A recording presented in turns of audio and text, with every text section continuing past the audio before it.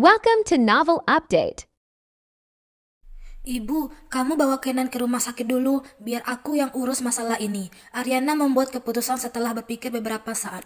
Ariana, kamu harus membela adikmu. Jangan biarkan bajingan itu begitu saja, kata Helen dengan galak. Tenang saja, aku tahu apa yang harus aku lakukan, ujar Ariana sembari mengangguk.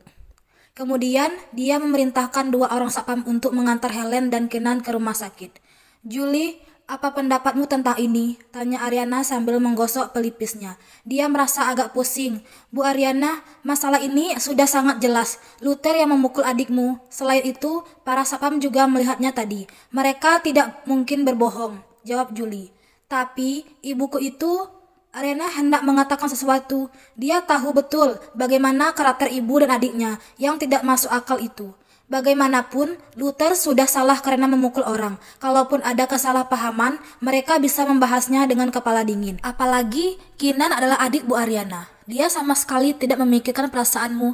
Hal ini sudah cukup untuk membuktikan karakternya yang buruk, jelas Julie dengan sungguh-sungguh. Ariana mengurutkan dahinya. Keraguan dalam hatinya menjadi makin mendalam. Benar, meskipun ibu dan adiknya bersikap kasar, Luther tidak seharusnya main tangan. Dia tidak boleh menghajar adiknya sampai babak belur begitu. Ariana sungguh menyesal karena merasa bersalah padanya barusan. Sepertinya bercerai dengan Luther adalah pilihan paling bijaksana sekarang.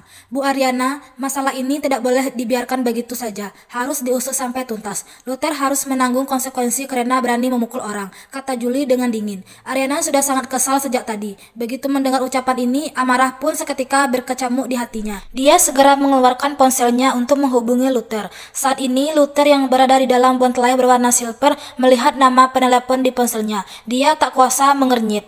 Pada akhirnya, dia tetap memilih untuk menjawab panggilan tersebut. Luther, aku butuh penjelasan, ujar Ariana dengan tegas. Penjelasan apa? Tanya Luther. Kamu yang memukul adikku kan? Balas Ariana. Ya, tapi Luther hendak menjelaskan. Sebelum Luther menyelesaikan perkataannya, Ariana sudah menyela. Ternyata memang kamu. Aku benar-benar tidak sangka. Kamu ingin membalas dendam kepada keluargaku karena aku minta cerai. Luther hanya bisa tertegun saat mendengar ucapan Ariana. Dia tidak menduga bahwa wanita ini akan langsung menyudutkannya. Bahkan tidak menanyakan alasan kenapa kepadanya. Apakah hubungan suami istri selama 3 tahun ini tidak didasari oleh sedikit pun kepercayaan?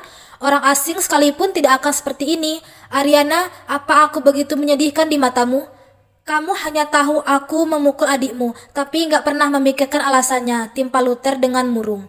Tidak peduli apapun alasannya, kamu tidak boleh memukul orang, bentak Ariana. Luther pun tersenyum menghina mendengar ini. Dia benar-benar kecewa pada Ariana sekarang. Kebenaran tidak lagi penting. Sikap wanita ini jelas-jelas menyatakan bahwa adiknya lebih penting. Luther, karena kita pernah menjadi suami istri, aku akan memberimu kesempatan. Segera pergi ke rumah sakit untuk meminta maaf. Aku akan anggap masalah ini tidak terjadi. Kalau tidak, kata Ariana.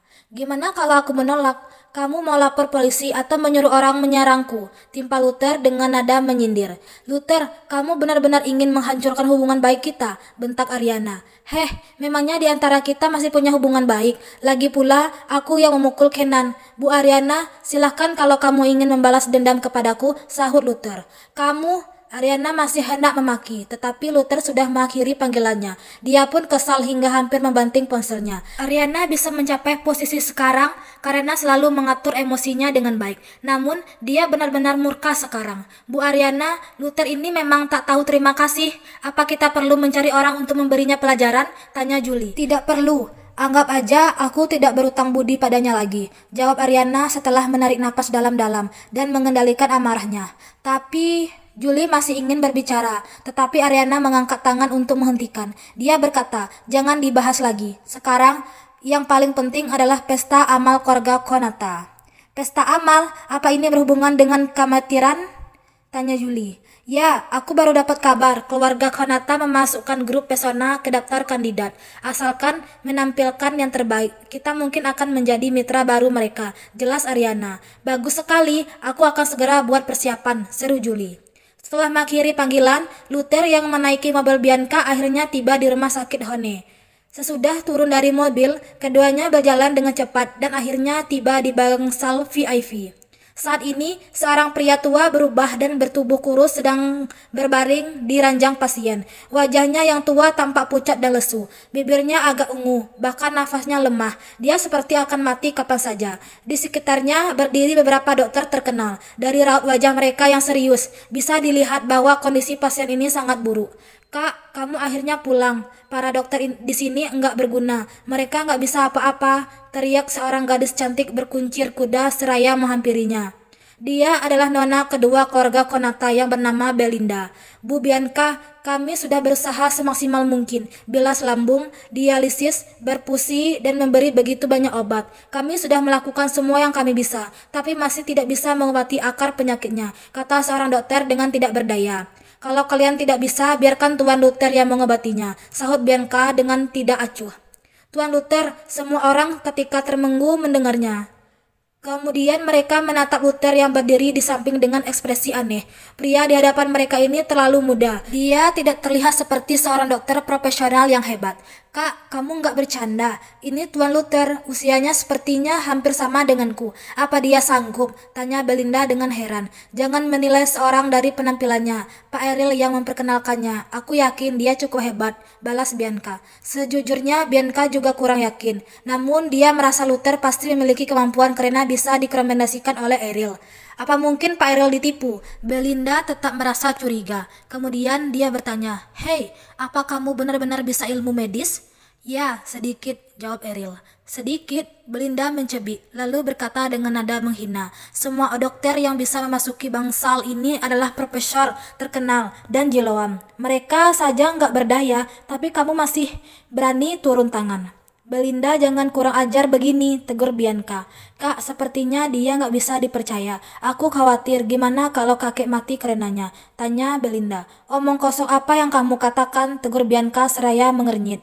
"Pokoknya aku nggak percaya, kecuali dia bisa membuktikannya kepadaku," seru Belinda sembari mendongak. "Bukti apa yang kamu mau?" tanya Luther dengan nada datar. "Coba kamu lihat penyakit apa yang kuderita. Kalau benar, aku akan mempercayaimu," jawab Belinda. "Kamu yakin?" tanya Luther lagi. "Kenapa? Kamu takut? Kalau nggak punya kemampuan, silahkan pulang sekarang juga. Jangan buang-buang waktu kami," herdik Belinda seraya tersenyum sinis. "Keluarkan lidahmu," perintah Luther sambil mengangkat tangannya. Belinda pun menurutinya dengan patuh. Selesai memeriksa, Luther berkata dengan terus terang, "Panas dalam, gangguan sistem endokrin, mens tidak lancar, dan sering sakit kepala. Selain itu, kamu salah makan sehingga ada masalah dengan sistem pencernaanmu. Siang hari ini, kamu sudah berak 6 kali. Oh, kamu juga menderita penyakit ambien," tambah Luther. Begitu mendengarnya, ekspresi Belinda langsung membeku. Thanks for watching.